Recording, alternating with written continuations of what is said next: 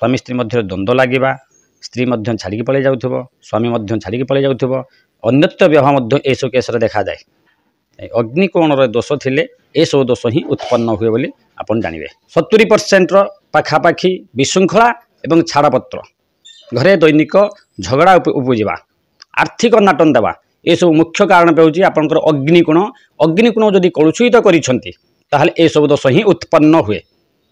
शुक्र जेते दुनियार अयस अच्छी सुख अच्छी शांति अच्छी शुक्रं पई हुए से कोण को जदि आपन कलुषित करिसंती ताहले दुनियार जेते सुख अच्छी सबु सुख ही आपन वंचित हेबे।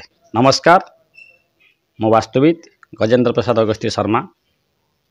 आज आम आलोचना करिबा छाड़पत्र एवं घरे दैनिक विशृंखला सृष्टि करिबा एवं आर्थिक अनाटन विषय। यदि आपण घरर अग्निकोण दक्षिण पश्चिम कोण कौनसी क्षति थाए बा नष्ट थाए बा खराब करी थांती ताहले ए सब दोष ही उत्पन्न हुए।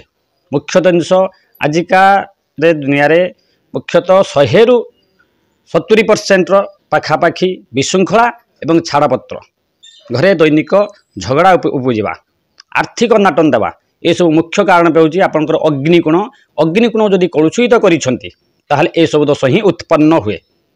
केमिति कलुषित आपन करिसंती अग्निकोण रे लैट्रिन करिबा अग्निकोण रे टेबल खोलिबा एवं अग्निकोणटा को नीचा करिबा ए सब जिनस हेले ए सब समस्या उत्पन्न हुए। तार प्रतिकार स्वरूप आपण अग्निकोण को उच्चा करंतु अग्निकोण को परिष्कार रखंतु एवं अग्निकोण रे नलकूप लैट्रिन ए सब जिनस को करंतु नाही। जदि करिसंती ताहले ए सब समस्या हेबो आपण निश्चय दुख दंड मध्य पाइबे।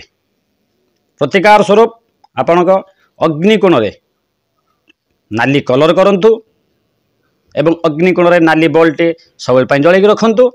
अग्निकोण रे नाली कपड़ा रे अरुआ चाउल सहित भीमसेन कर्पूर मध्य नाली कोण रे बांधी रखंतु। कारण अग्निकोण अधिपति हेले शुक्र, शुक्रंकर इष्ट देवी हेले महालक्ष्मी। शुक्र एक ग्रह अयस्कारक ग्रह। शुक्र जेते दुनियार अयस अच्छी सुख अच्छी शांति अच्छी शुक्रं पई हुए से कोण को जदि आपन कलुषित करिसंती ताले दुनियार जेते सुख अच्छी सबु सुख ही आपन वंचित हेबे। तेणुकरी ए सब जदि दोष थाए ताले आपण माने बहुत दुख दुर्दशारे दिन ही कालापातिता करिवे। स्वामी स्त्री मध्य छाड़पत्र जोग मध्य हुए। वास्तु दोष थिले प्रत्येक दिन स्वामी स्त्री मध्य द्वंद्व लगे स्त्री छाड़ी पलि जाऊँ स्वामी छाड़ी पलि जाऊँ अन्यत्र व्यवहार यह सब केस देखा जाए अग्निकोण दोष थिले ए सब दोष ही उत्पन्न हुए बोली आपन जानिबे। ये सब परिवर्तन करंतु आपणकर जीवन मंगलमय हेबो।